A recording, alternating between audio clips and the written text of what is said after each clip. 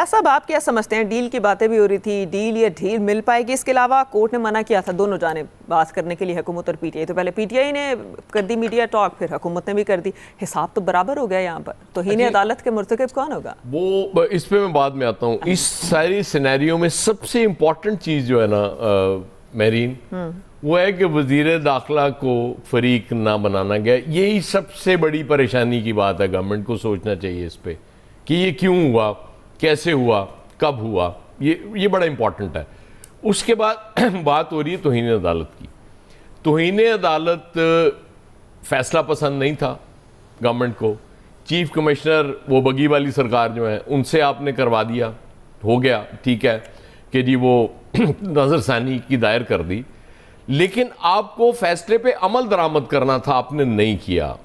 آپ اس ہسپتال نہیں لے کے گئے جہاں سپریم کورٹ، یہ تو بعد کا ایشو ہے نا کہ وہ واضح نہیں تھا 16 تک رکھنا نہیں رکھنا، لیکن آپ نے خلاف ورزی وہاں سے شروع کر دی. اس کے بعد وہ جو میڈیا ٹاک ہوئی جس کو آپ توہین عدالت کہہ رہے ہیں، وہ انہوں نے اس میں بتایا کہ جی کیا ہوا، ہمارے ساتھ زیادتی ہوئی. آج عطا تارڑ صاحب نے یہ کہا جی کہ انہوں نے غلط کیا، یہ نہیں کرنا چاہیے تھا. اور وہ کہہ رہے تھے ہم نے تو کبھی ایک تو سیاست نہیں کی صحت پہ، اور دوسرا پتہ نہیں کچھ اور بھی کہہ رہے تھے. تو بھائی آپ نے کر تو دی، آپ لے کے نہیں گئے وہاں جہاں لے کے جانا تھا، جہاں آپ کو آرڈر دیا گیا تھا سپریم کورٹ کا. یہ اچھا. اس کے بعد پھر میرے لیے ایک چیز بڑی حیرانی کی ہے، مجھے کوئی اس میں سے نکال دے جو مجھے سمجھ نہیں پا رہا میں، کہ ایک رپورٹ پیمز کے ہاسپٹل سے اعلامیہ جاری ہوتا ہے جس میں مکمل فٹ قرار دیا گیا عمران خان کو. ٹھیک. مطلب چند گھنٹے میں انہوں نے ایک ایک چیز چیک کر لی کہ جی وہ ہی از پرفیکٹلی آل رائٹ، کوئی ایشو نہیں ہے اس میں. پھر وہ حوالہ بھی دیتے ہیں عظمیٰ خان صاحب بھی خراب ہے پھر بھی سب کچھ اوکے ہے. نہیں وہ چھوڑ دیں نا. اب میں آتا ہوں اس رپورٹ کی طرف جو اڈیالہ سے سپریم کورٹ تک پہنچی. اب مجھے نہیں سمجھ آ رہی یہ کوئی ڈاکٹرز کہیں انگلینڈ سے آئے تھے وہ والے، کہیں امریکہ سے آئے تھے، کہیں یورپ سے آئے تھے کہ جنہوں نے رپورٹ کی، اور جس پہ جج صاحب نے یہ ریمارکس دیے کہ ان کے تمام وائٹل آرگنز متاثر نظر آ رہے ہیں اس رپورٹ میں. اور پھر انہوں نے تفصیلی رپورٹ مانگی. اب یا تو گورنمنٹ یہ تسلیم کر لے کہ وہ ڈاکٹرز ہمارے اختیار میں نہیں تھے، ہم پیمز اس لیے لے کے گئے کہ یہ ہماری مرضی کی رپورٹ بنا کے دے دیں گے، جو مجھے سمجھ آ رہی ہے ان چیزوں کی. اس کا مطلب یہ ہے کہ وہ جو چلائی جا رہی ہے، نہ ڈیل ہے نہ ڈھیل ہے، وہ غلط ہے، بالکل غلط ہے.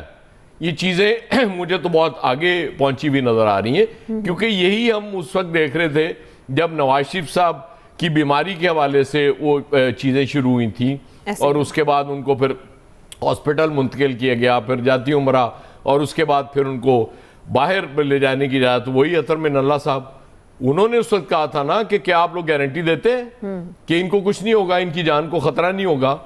اور اس کے بعد پھر میرے قائد نے جہاز نے چڑھنے سے پہلے بتا دیا کہ بھائی میں بیمار شمار نہیں تھا، یہ لو میں جا رہا ہوں. اور اس کے بعد وہ تو سامنے کی بات ہے. پھر انہوں نے آنے سے بھی انکار کیا. تو یہ چیزیں اس ملک میں ایسی چلتی ہوتی ہیں. ہاں ظاہر ایک سٹیج ایسی ہے، اس سے ہم گزر رہے ہیں، کسی کو سمجھ آ نہیں رہی صحیح کہ ہو کیا رہا ہے، اس لیے کیا سرائیاں ہوتی ہیں. اور رہی بات مہنگائی کی فیصل صاحب، تو مہنگائی جب گورنمنٹ بہت زیادہ، جس سے آپ مایوس ہو جاتے ہیں نا، مہنگائی بہت ہو جاتی ہے جس کے دور میں، عمران خان صاحب کے دور میں بھی ہم اسی طرح یہاں بیٹھ کے بلکتے ہوتے تھے کہ یہ کیا ہو رہا ہے. تو اس وقت پھر امیدیں ہمیں دوسری طرف تھیں. اپوزیشن سے امید ہوتی ہے لوگوں کو ہمیشہ، اس لیے میڈیا بھی اپوزیشن کی بات کرتا ہے. اور ظاہر ہے جو سب سے زیادہ پاپولر جماعتیں ہوتی ہیں، جو الیکٹرل ووٹ زیادہ لے کے آتی ہیں، ظاہر ہے ان کی بات زیادہ ہوتی ہے. اس میں میڈیا کا اتنا قصور نہیں ہے. صحیح. اچھا نوید حسین صاحب، آپ کیا سمجھتے ہیں کہ ایک جانب حکومت بھی ڈٹی ہوئی ہے، پھر پی ٹی آئی بھی ڈٹی ہوئی ہے، دونوں عدالت جانے کو تیار ہیں، توہین عدالت پر بات ہو رہی ہے. اگر دیکھا جائے تو حکومت جو ہے وہ درگزر کیوں نہیں کرتی؟ ٹھیک ہے پہلے پی ٹی آئی سے غلطیاں ہوئی، اگر ہم کیا کہتے ہیں انتقام در انتقام کی سیاست ہی کرتے رہیں گے تو پھر انہیں معاملات میں الجھے رہیں گے، پھر تو بیسک ایشوز پہ بات ہی نہیں ہو سکے گی.